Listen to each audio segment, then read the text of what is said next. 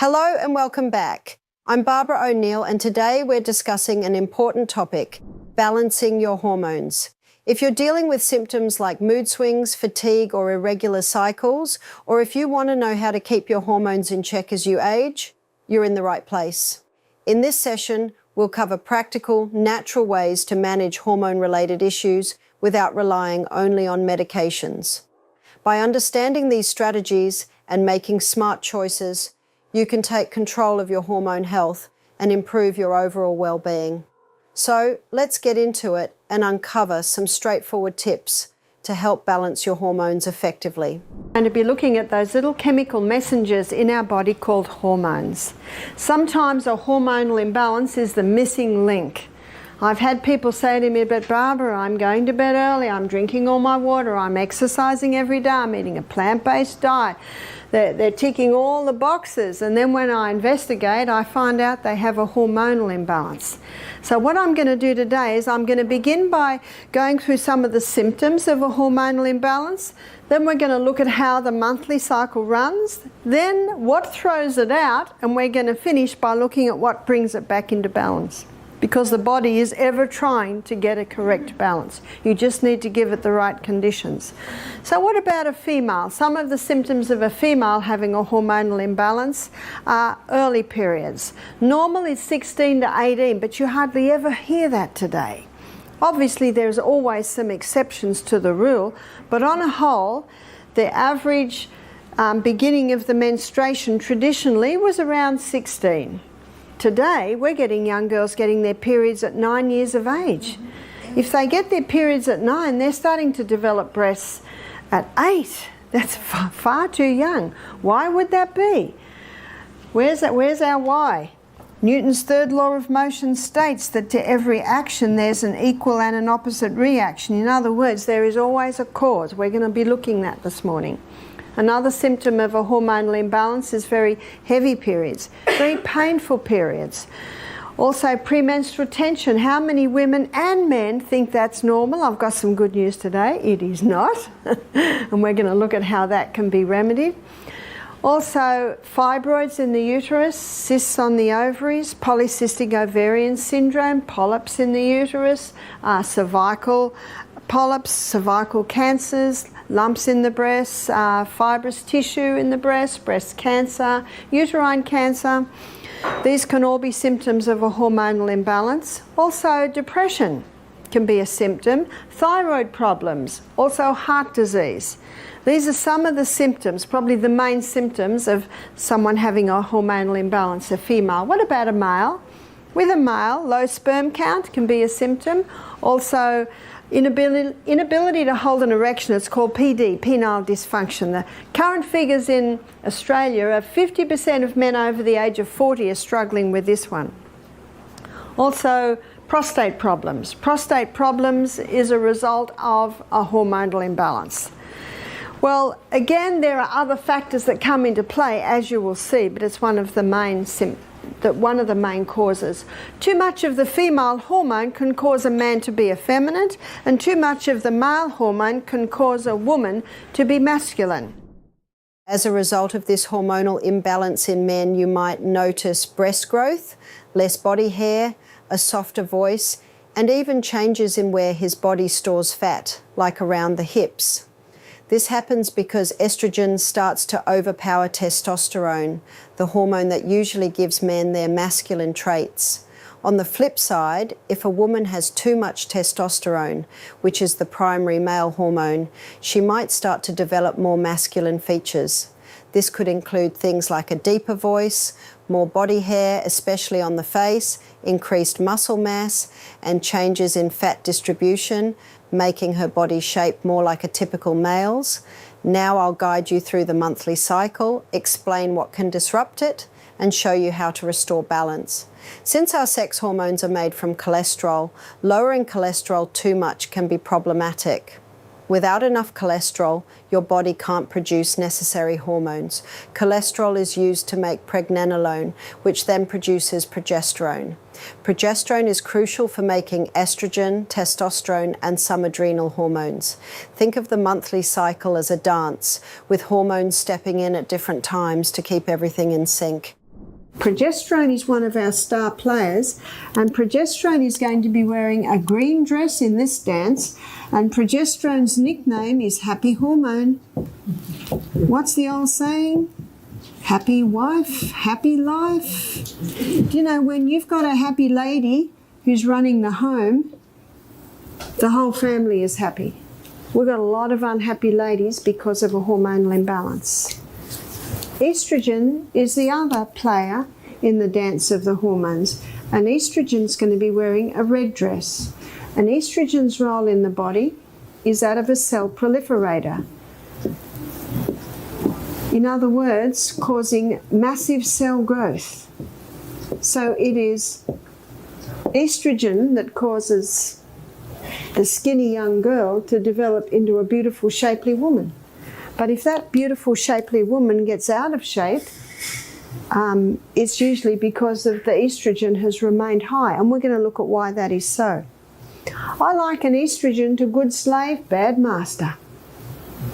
How we love our fires in the middle of winter. But you know, fire can get out of control and burn a whole town down. We can't function without water, and how we love diving into a stream in a hot weather. But floods can come and wipe out a town. So that's why I say I liken estrogen to fire and water. Good slave, necessary slave, but bad master. So estrogen isn't bad, it's only when it's out of control, as you can see, as you will see in this presentation. So let's look at the monthly cycle. It's a 28-day cycle, and day 1 is the day a woman begins to menstruate. Day 1 of the monthly cycle, her progesterone levels are low. Day 1 of the monthly cycle, estrogen levels are also low, but by day 7 they're starting to rise. Up until day 11 they're quite high. So looking at this as the dance, the star player around day 14, the middle of the month, is estrogen. So what effect does estrogen have on the body? We're going to go to the stage where the dance is played out, which is the reproductive organs of a woman's body. So this is the uterus, they're the fallopian tubes, they're the eggs connected by a ligament, that's the cervix, and this is the birth canal. At this time of the month, estrogen is causing massive cell growth in the lining of the uterus, causing the blood nest once again to develop. Estrogen is also causing eggs in the ovaries to be developed. Estrogen is also causing a form of lubricant to be released in the birth canal. Now by day 14, a fully developed egg bursts forth from the ovaries. Those little filaments on the end of the fallopian tube pull the egg up. So the egg comes up into the fallopian tubes, and the fallopian tube is ever moving basically like this, causing that egg to move up, up, up. Now the hole where the egg bursts forth develops a blister, and that blister is called the corpus luteum. I'm writing it in green because corpus luteum is the main site of progesterone production in a woman's body. Can you see the importance of a woman ovulating every month? Because when she ovulates, her corpus luteum is made. And when her corpus luteum is made, that maintains progesterone. And remember, progesterone is the precursor or the balancer of all those other hormones. So progesterone's such an important hormone. I'm just trying to give you a more symmetrical dress here. So around day 14, estrogen gets the message it can go backstage because we've already got our blood nest, we've got our lubricant and our egg. There's no need for more estrogen. With the development of corpus luteum around day 14, then progesterone levels rise. Progesterone is now the star player in the dance of the hormones. So what effect does progesterone have? Progesterone prepares the uterus for pregnancy, boosts mood, and increases sexual desire. When progesterone is high, it changes the cervix and creates a lubricant to help sperm enter the uterus. During pregnancy, progesterone levels rise significantly. Estrogen, which works with progesterone, supports pregnancy and other body functions. If there's no conception, progesterone and estrogen levels drop by day 26, cutting off blood supply to the uterus and starting a new menstrual cycle. But unfortunately today, not many cycles look like that. So our million-dollar question is why? So let's have a look at what throws the hormones out of balance. 1957, the first contraceptive pill was introduced to women. The 1960s is called the sexual revolution. Women wanted to be able to have sex without having babies. And so the contraceptive pill was introduced. What is the pill? The pharmaceutical companies grow acres and acres of Mexican wild yam. In a laboratory, the plant chemical that's in Mexican wild yam is extracted. And in a laboratory, it's converted to progesterone. It's called progesterone because it has an identical molecular structure to the progesterone that the body makes. But the pharmaceutical company can't patent that. You know, they can't patent sodium bicarbonate either. So they have to change it. They have to create something else. So they come up with, they add a few more atoms to that progesterone and come up with synthetic estrogen, add a few more atoms and come up with a synthetic progesterone. You see, in the early 1990s, it was acknowledged that estrogen is a known human carcinogen. And pill up until then was just straight estrogen. So by law, they had to add some progesterone. But it's synthetic progesterone, so it really doesn't help a lot because it inhibits your progesterone uptake. So when these synthetic hormones, which are in the pill, are taken into the body, let me show you what's happening. So number 1 hormone should be progesterone, number 2 estrogen. Month after month on the pill, the body now thinks it's pregnant, so it doesn't release the egg. And if it doesn't release the egg, no corpus luteum's been made. So week after week, after month, what's happening to progesterone? It's going down. A month after month with its synthetic estrogen, where's estrogen going? We've got a problem today, sadly too common. It's called estrogen dominance and progesterone deficiency. And it was Dr. John Lee that first blew the whistle on this. There have been some other doctors and authors that have also written about this. And he shows that now we have estrogen dominance. I liken estrogen to fire and water. Good slave, bad master. On 2019, I flew back into Australia, and when I drove onto our property, it was as black as black. I think you heard about the fires. We just thank God we didn't lose any buildings. That's why I say fire and water are a good slave, but it's a bad master. Same with estrogen.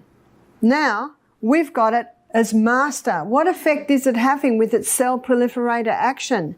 Fibroids in the uterus, cysts on the ovaries, polycystic ovarian syndrome, causing the endometrium to wander all through the abdominal wall. That's called endometriosis.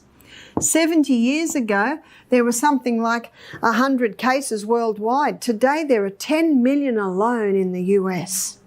And you will find it all rose around the time that the pill was introduced. Because you can see how the pill disrupts the hormones. And a 25-year-old lady told me that she was just diagnosed with endometriosis. You see, when the blood nest falls away with the dropping of the hormones, these little pockets bleed, but they've got nowhere to go.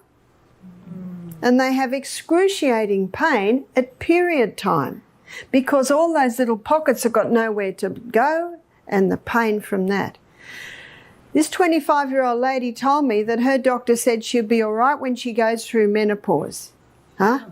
25 more years of pain and suffering. Or medicine can offer to diathermy, that's like burn them out. But if you don't turn the tap off, guess what? They're all going to come back. You've got to find the cause. So this cell proliferator action causing growths in the reproductive organs of the body, including the breasts, even to the point of breast cancer and also uterine cancer. A woman who had breast cancer 10 years ago came to our program after having both breasts removed and reconstructed. Despite this, she developed cancer again in the new breasts. This highlights a key point. If you don't address the root cause of the problem, it can come back. Our approach combines common sense with insights from various sources, including science and history, to understand health issues better. Progesterone plays a big role in mood changes, especially before periods, and imbalances can lead to premenstrual tension or even be mistaken for depression. For some women, hormonal imbalances, like those seen during menopause, can cause symptoms such as hot flashes.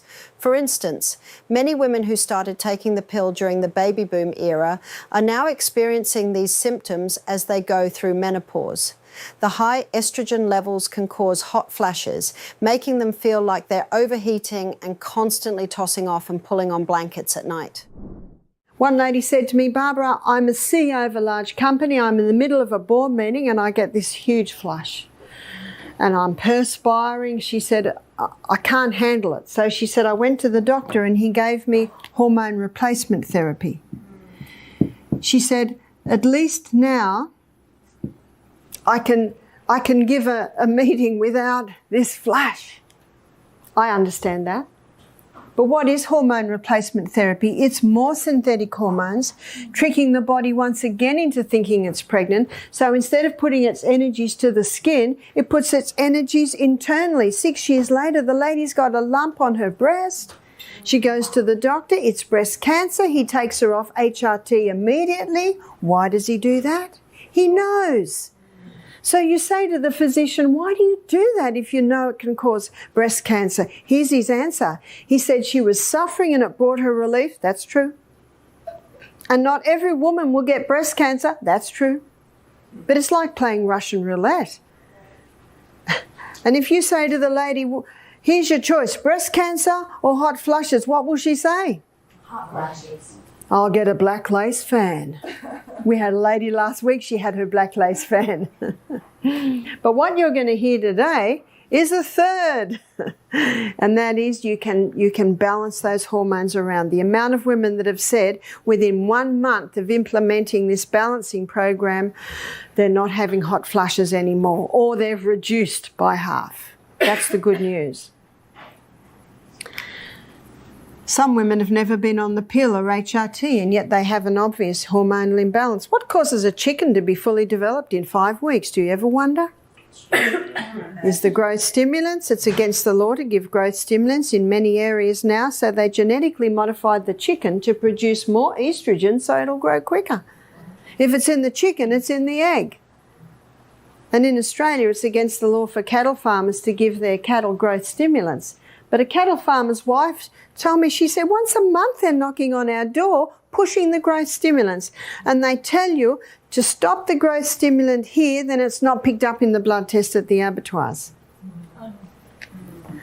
So meat and its products are also another source of hormone disrupting substances coming into the human body. Number 3, because I've met some people who are vegetarians, they've never had the pill, there's more.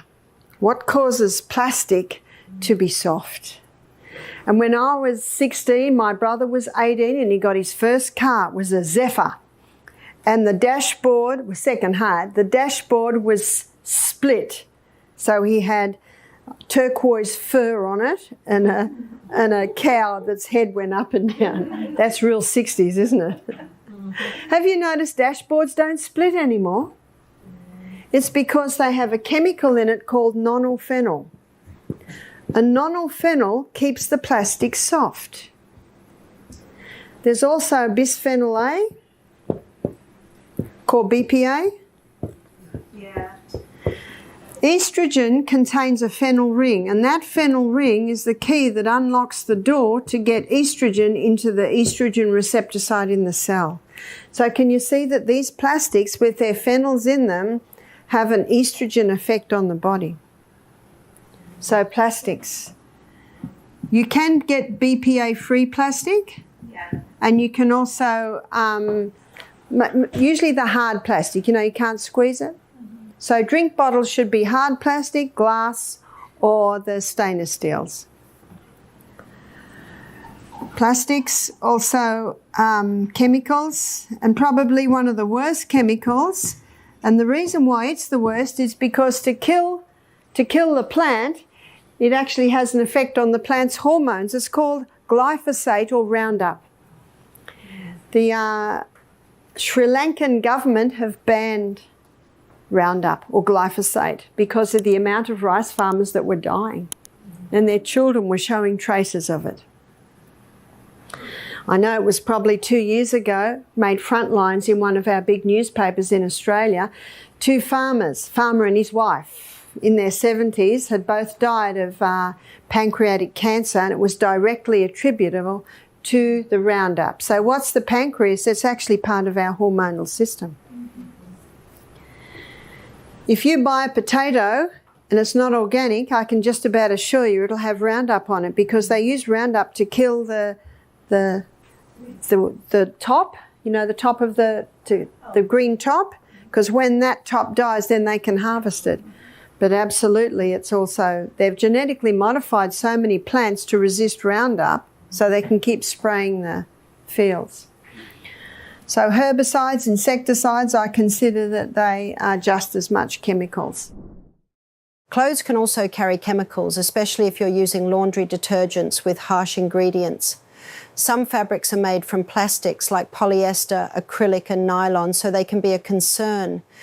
Cotton and silk are more familiar, but even cotton can be problematic because it's heavily sprayed with pesticides. If you buy cotton, it's a good idea to wash it and hang it outside for a day to get rid of some of those chemicals. There are also natural fibres like bamboo and wood pulp-based fabrics such as rayon and viscose, which are better choices. For things like sportswear and underwear, try to go for items made mostly of cotton. Some brands offer comfortable, mostly cotton options with a small amount of polyester for stretch. It's best to avoid fabrics with high plastic content to reduce chemical exposure. I'm going to tell you a story about one other aspect. This happened in about 1985 in Puerto Rico. There was an epidemic of children going through puberty at 5 years of age. And they traced it to an anabolic agent that they were giving to cattle to make them grow quickly. And it was a breakdown from a mold waste. And this mold waste is called zearalenone. And the product was called Zearalol. Now the farmers thought because it wasn't actually a chemical, they could give it to the cows right up until, a couple of weeks before market. But as I showed you on Monday, these mold wastes are quite toxic. So that zearalenone, that mold waste, has an estrogenic effect on the body. In fact, grains grow it easily. And that's why people on high wheat diets, they can be getting a little bit of an overload of zearalenone. Because a small amount is allowed through, otherwise no wheat would ever be passed. So they discovered that women were eating meat in pregnancy that had had the zearalol, causing it to grow quickly, and then that was affecting their babies, so their babies were going through puberty at 5 years of age. This is in Puerto Rico, 1985. So I'm going to show you 4 different types of estrogen. Now these are 4 cells, and these are 4 estrogen receptor sites on the cell. So this one is the xenoestrogen, and xenoestrogen is 20,000 times stronger than the plant. So there's the plant there. So, sorry, I've made a mistake there. That's human. So how big is xenoestrogen? It's huge. And this is zearalenone. And it's 1,000 times stronger than the human. So it's about this big. Well, how big's human? Human estrogen's that big. And it's 20,000 times stronger than the plant. So how big's the plant? The plant is only a tiny little thing that just slips into the receptor site like that. So where do you find the plant's estrogens? You find the plant estrogens in red clover, in some greens, in soy. And this plant estrogen, because it's a plant, it comes to the receptor site and it knocks. Excuse me, can I come in? And the cell says, no, we've got enough. So you know what the plant estrogen does? Sits in the receptor site, protecting that receptor site from these two guys who are the nasties. But if it knocks on the door and says to the cell, do you need me? And the cell says, oh yes, please, it will come in. Psalm 104 verse 14, the Bible says God gave herbs for the service of man. I love that illustration because plants come in and say, where would you like me? I am here to serve you. Whereas these chemicals, they said, get out of my way, I'm coming in whether you need it or not. And those xenoestrogens have this strong cell proliferator action. Can you see that? Now here's the soybean grown in America today. It's called Roundup Ready. Why is it called Roundup Ready? It's been genetically modified to resist Roundup. Problem number one. And a farmer told me this. He said 5 times before harvest, the field is sprayed. He said all the weeds die and the soybean keeps growing. That's a bit scary, isn't it? So that soybean, not only has it been genetically modified, but it has 5 doses of chemicals in it. That soybean will increase breast cancer. That soybean will increase prostate cancer, not because of the natural estrogens, but because of the xeno. Can you see that? But there's a lot of debate about soy. However, a straightforward take is that while soy itself is a natural and nutritious food, problems arise when it's genetically modified or grown with chemicals. To avoid these issues, it's best to choose non-genetically modified organisms, organically grown soy. This ensures you're avoiding harmful additives and GMOs. Soy can be a healthy part of your diet when consumed in moderation, like once or twice a week. On the topic of estrogens, it's important to understand that natural soy contains different types of estrogens compared to synthetic or xenoestrogens, which can have stronger effects on cell growth. So, if you're mindful about the source of your soy, you can enjoy it without much concern. If you don't turn the tap off, you're still going to be mopping up in the other corner. If you don't find the cause, you will never have a cure. So number 1, eliminate. Eliminate the pill. Well, how can we stop having babies popping up everywhere? Sex is 2-part, contraception should be 2-part. I believe the woman's role is to know when she is ovulating. My daughter showed me her phone. She's got an app on her phone now that tells her if she's safe or not safe. So what she does is she takes her temperature every day and puts it into the app on her phone. And this is what she'll find. Her temperature will do this. Then it'll drop and go up onto a higher plane. And that is her sign that she has begun to ovulate. That's sign number 1. So she just gets into the habit of taking her temperature before she gets out of bed every day. And some couples will do that if they're wanting to fall pregnant, so they know exactly we're about to be together quite often. So the second sign is that her vaginal lubricant changes. So when a woman is in the estrogen time, it's not as profuse, it's more white. When she is in estrogen, or she's stopped estrogen time, now she's in progesterone time, and progesterone is highest, then the lubricant is a lot more profuse, it's clear and stringy. The third sign is the cervix changes. So what she does is she just checks the vaginal lubricant every day, and then she checks what the cervix is doing every day. Now at first she's got nothing to compare it to, but as the weeks and the months go by, she starts to see a pattern. So she can, I mean, everyone does it on their phone now, don't they? I used to have charts I gave up, but we just do it on the phone now. And she will find that those 3 signs will come together, and most women will ovulate this week here. But what these signs do, they allow her to define the starting and the finishing.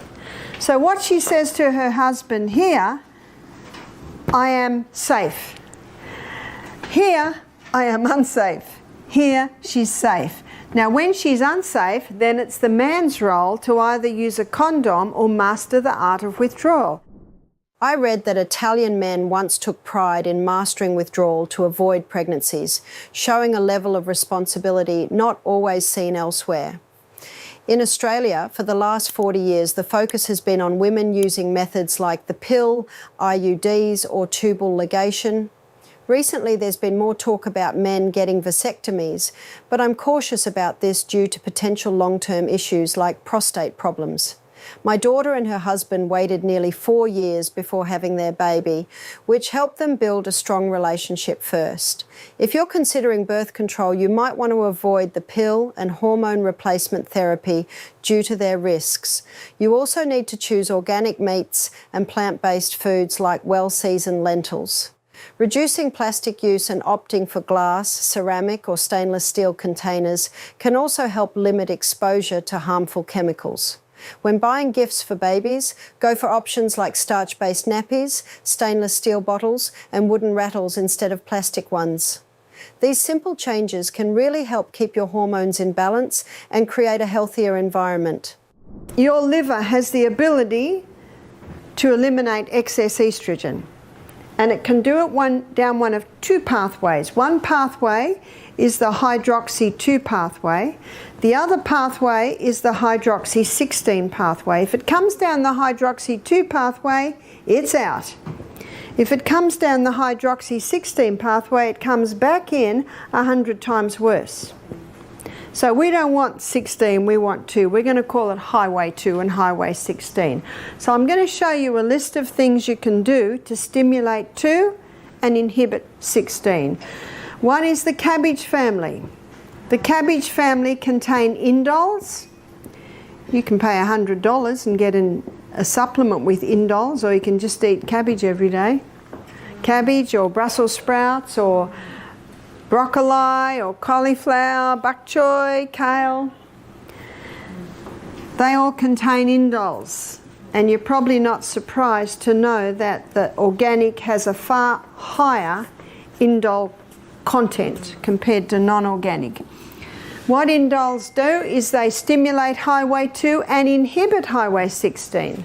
Also, the vitamin B family, specifically B6, B9 and B12.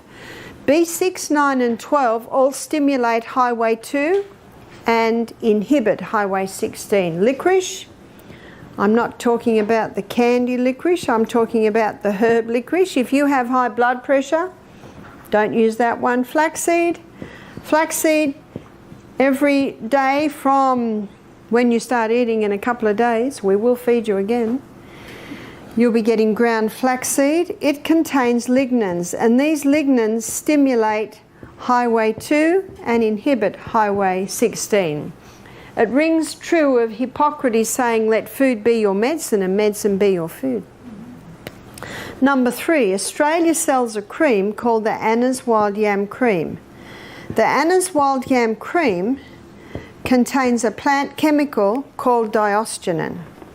And when the diosgenin in that cream is applied to your skin, the fat cells take it up and it stimulates this pathway that your body uses to make progesterone. So the beauty of this cream is it stimulates your body to make its own progesterone. You can buy in the US progesterone cream, and I think if someone's having hot flushes every 15 minutes, they've just found out they've got breast cancer, they're not sleeping because insomnia is another sign of an imbalance, I think the progesterone cream can play a part initially, maybe for the first jar, maybe 4 months. But then it is important to go over to the Anis so that you're applying a cream that will stimulate your body to do it.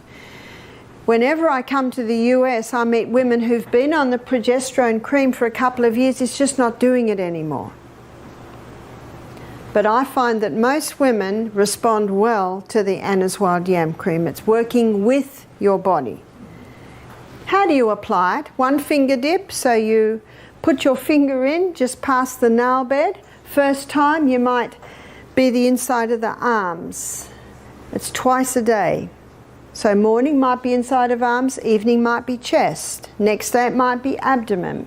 Next evening it might be the inside of thighs. So you alternate the sites of application.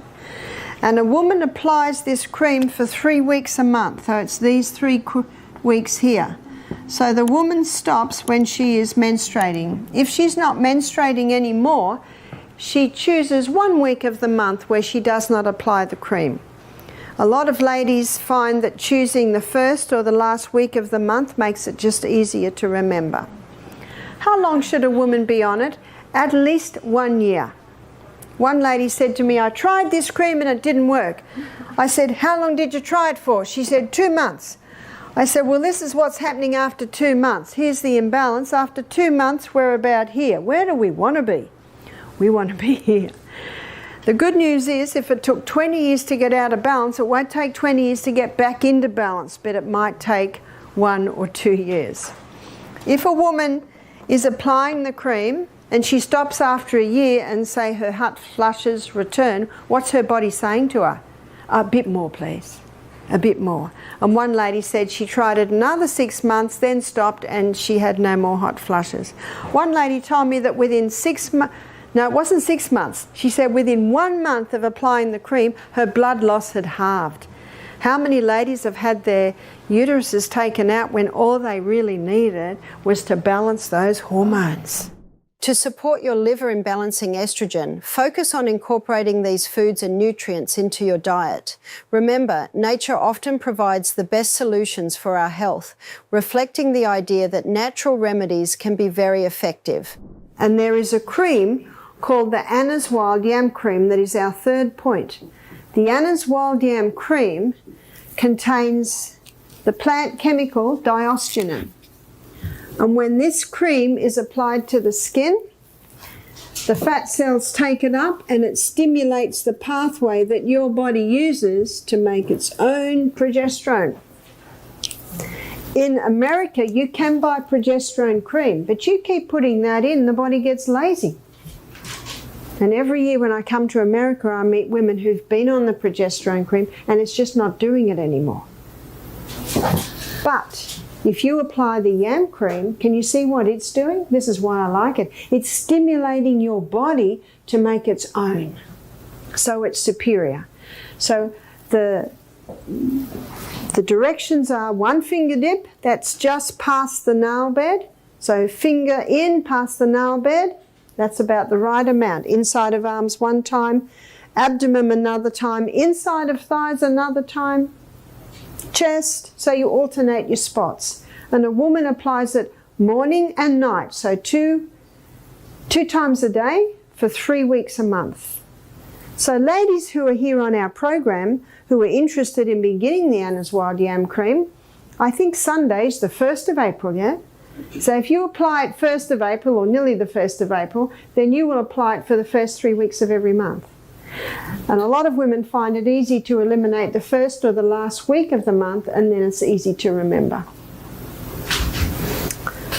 How long would a woman apply it for? At least 1 year. One lady said, I tried it for 2 months and it didn't work. I said, well, let me show you what's happening at 2 months. So this lady had the imbalance. After 2 months, we're about there. Where do we want to be? Here.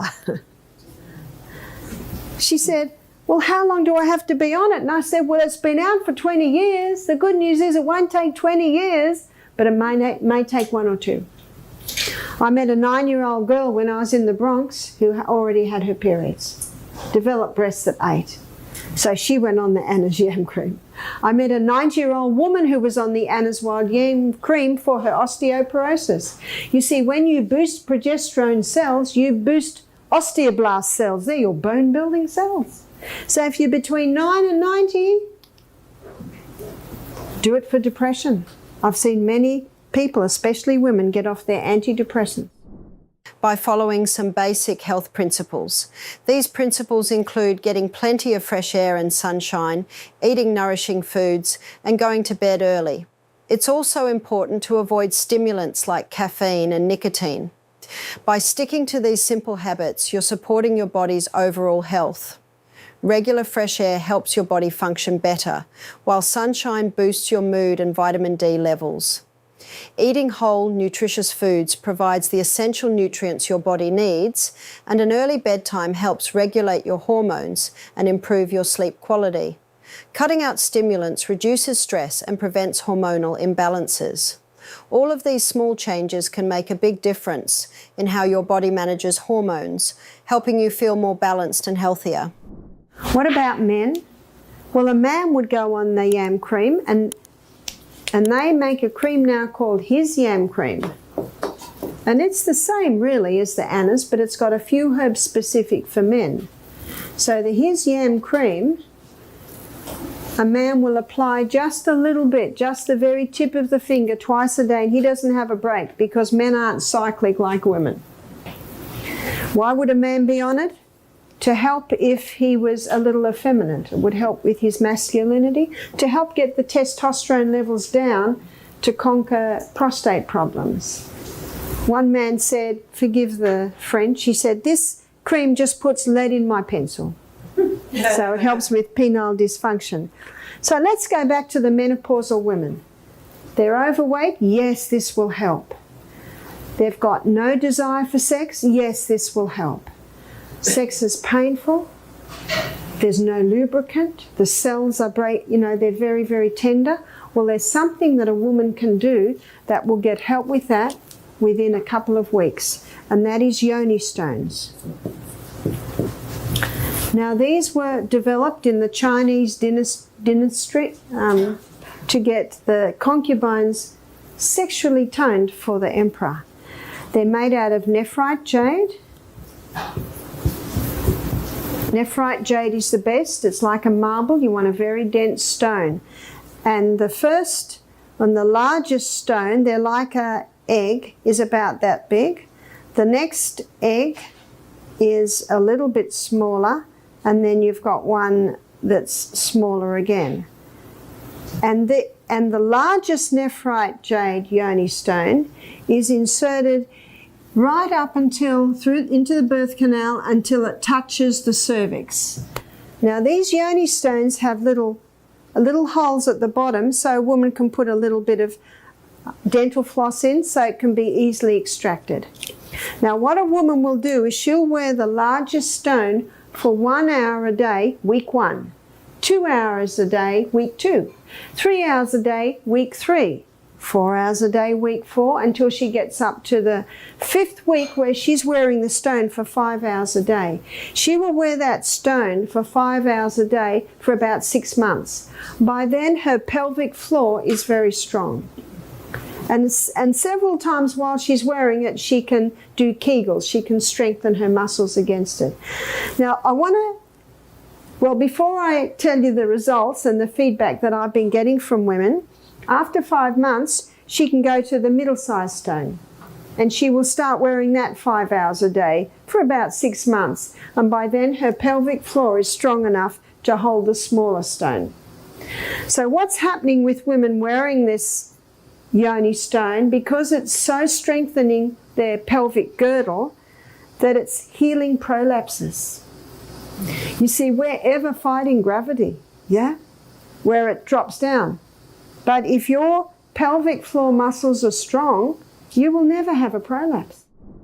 Many women have reported that by enhancing the strength and tone of their pelvic muscles, they've experienced less pain during sex and regained natural lubrication. This improvement also helps men, as couples in their 50s and beyond have found renewed satisfaction in their sex lives. For women dealing with conditions like vaginal prolapse or urinary incontinence, practices such as using yoni stones have shown remarkable results. These stones help strengthen the pelvic muscles, often eliminating the need for surgical interventions and reducing symptoms like urinary leakage.